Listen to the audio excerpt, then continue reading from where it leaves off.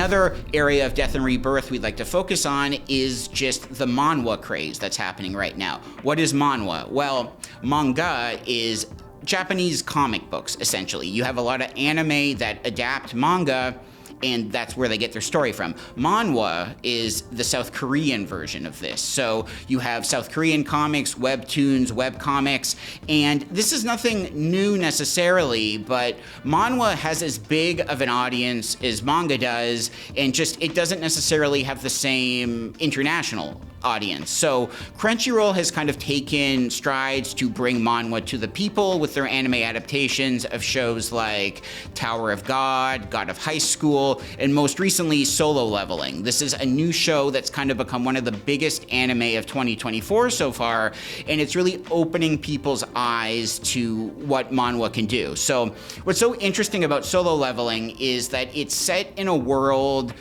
where dungeons have kind of become all over the place. Dungeons appear in the world. There's like a hierarchy of hunters. You have A rank hunters that are at the top of the top, and then you have E rank hunters that are at the bottom.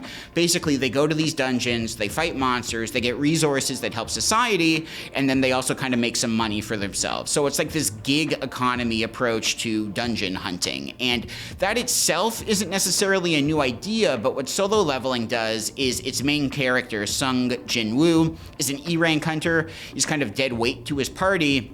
The anime sets up all these characters that seem like the leads, they seem like they're going to be really important people, only for all of them to get massacred in the first 2 episodes, and all you're left with is Sung Jin-woo. So he gets put on this unique path where he can kind of do solo missions to increase his power and potentially become like the best hunter there is. But what's so cool about Solo Leveling is it sets up these archetypes that you kind of expect how they're going to play out, only to completely subvert them and do new things with them and show you that there is more to this genre than you might expect. And a lot of that has to do with manhwa's differences from manga and how they can take a similar premise but use their culture to do something totally different with it. So Solo Leveling seems like it's going to be one of 2024's biggest anime, but at the same time, it will hopefully bring more attention to just manhwa in general. If you're liking Solo Leveling, check out what manhwa has to offer. Even if you're not watching Solo Leveling, just give this whole kind of culture a shot. You know, there are some live-action Netflix shows like Kingdom and Sweet Home.